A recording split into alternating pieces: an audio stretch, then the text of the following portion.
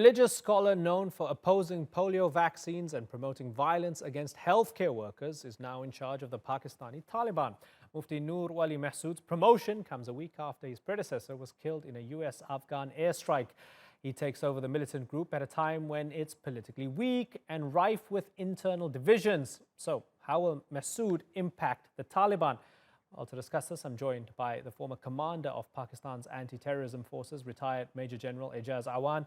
And with me here in the studio is Imtiaz Gul, the founder and executive director of the Center for Research and Security Studies. Gentlemen, great pleasure having you both on the Newsmakers. Imtiaz Gul, before we talk about Mehsud, let me ask you first of all about Mullah Fazlullah, the drone strike, the impact of that man's death. How dangerous was that man? Well, the man had been dangerous in the past, of course, but I think ever since the Pakistan Army launched its operation in June 2014, he had been on the run. The space had been shrinking on him considerably as a result of the sequenced operations by the military in different areas.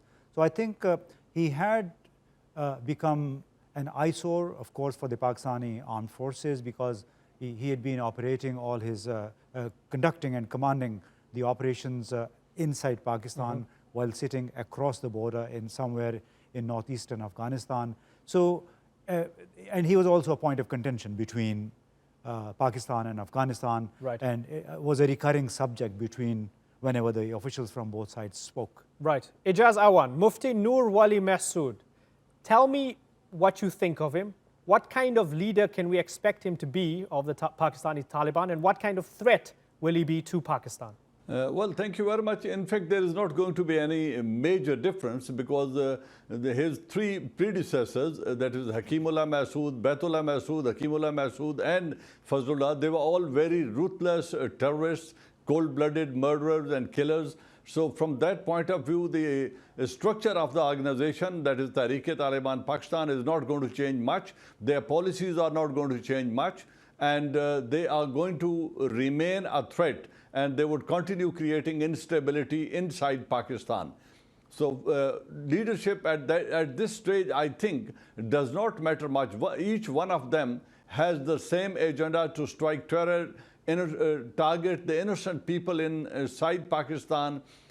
So from that point of view, I would not say, if I have to rate, it would not escalate any further, or he would not be more dangerous than his earlier predecessors. It would be one and the same thing. Okay, Imtiaz Gul, is it clear to you that Tehreek-e-Taliban has been weakened?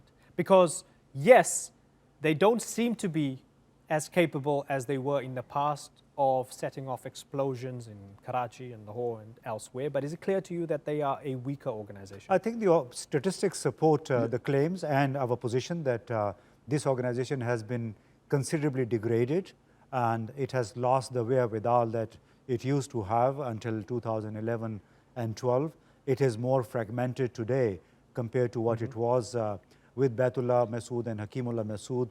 And the fact that they had to bring in Wali Mehsud again back to the top is probably one way of trying to control the damage that this organization has endured in the past few years. But I don't think they will be as lethal as in the past. However, as long as they serve as the proxies for external forces, they will remain a potent threat to Pakistan. Proxies for whom?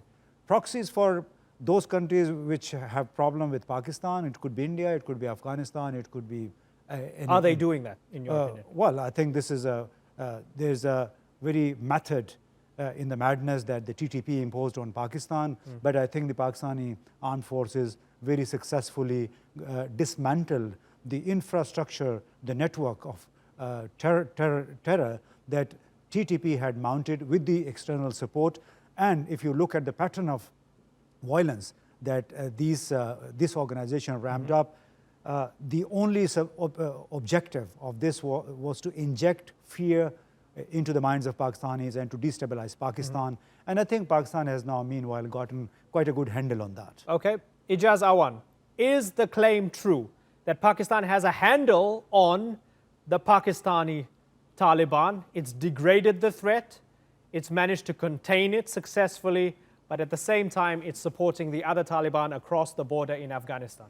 I would agree with the first part of your question. We have degraded them. We have dismantled their structure inside Pakistan. And I was commanding that operation in Swat against Mullah Fazlullah and Tehreek-e-Taliban Pakistan in Malakand division. I led that operation. At that time, I was commanding an infantry division. So we degraded their capability. We liberated that area from them, and normalcy was returned. This person, along with his few other terrorists and the leaders of that organization, they escaped to Afghanistan. And for the last 9 years, they are there in Afghanistan. They were staying there. The second part that you are saying, that we degraded them and we support others, is an absolutely ridiculous thing to say. I am sorry, I have to use this term. There is no such organization that Pakistan is supporting across its borders.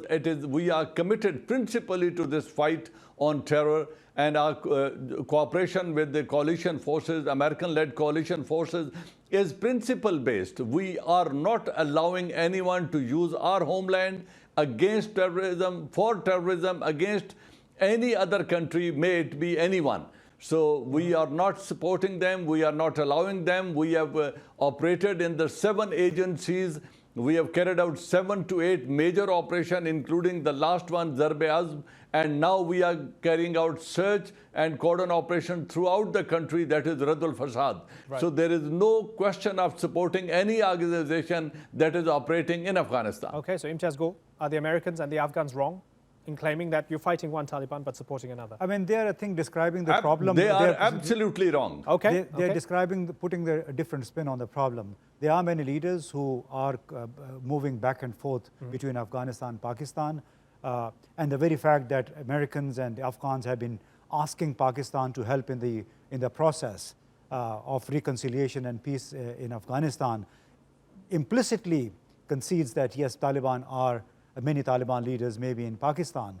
But I think Afghanistan and the United States have crossed that threshold when they now, of late, have requested Pakistan for help. And that's why we see a big thaw in the bilateral relations, with General Pompeo calling up Pakistan Army Chief, and which I call an SOS by the Americans, because they've realized that 17 years of direct military confrontation and the pursuit of military option has been futile. Okay. Ejaz Awan, let me ask you about tactics and whether they work. So we spoke about Mullah Fazlullah killed in a drone strike, and we asked you about his successor, Mufti Noor Wali Mehsud. What type of man will he be? And you said, well, you know, it's going to be more of the same. They just appoint another guy and we'll see the same thing. So it begs the question, is the tactic of just taking out these guys via drone strikes the wrong thing to do, because it's like a game of whack-a-mole? They just pop up again and there's somebody else and it keeps on regenerating. Do you support the drone strikes or not? Well, I do support the drone strikes. I recommend such actions against them. But then let's see, in 17 years, has the terrorism reduced, or it has expanded, it has massivized into other countries in the region, in the Middle East, in the African countries? Has American policy of dealing with them by sheer use of force, has it been successful? The answer is no.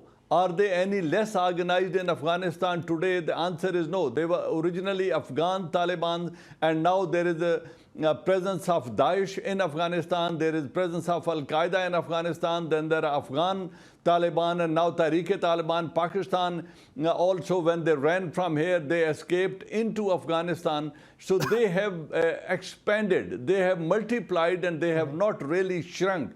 The mere fact that they are controlling more than 45% of area of Afghanistan, where the Afghan government or Americans have no access, that shows that their policy of use of force against these forces has not paid off. And there is no military solution to this war in Afghanistan or in the region. Okay, so no military solution, certainly. And no military solution to this war. Coming from a military man, it's been interesting to hear. Gentlemen, I really appreciate you both coming onto the Newsmakers. It's been a great chat. Ejaz Awan and Imtiaz Gul, I've got a wrap. I thank you very much.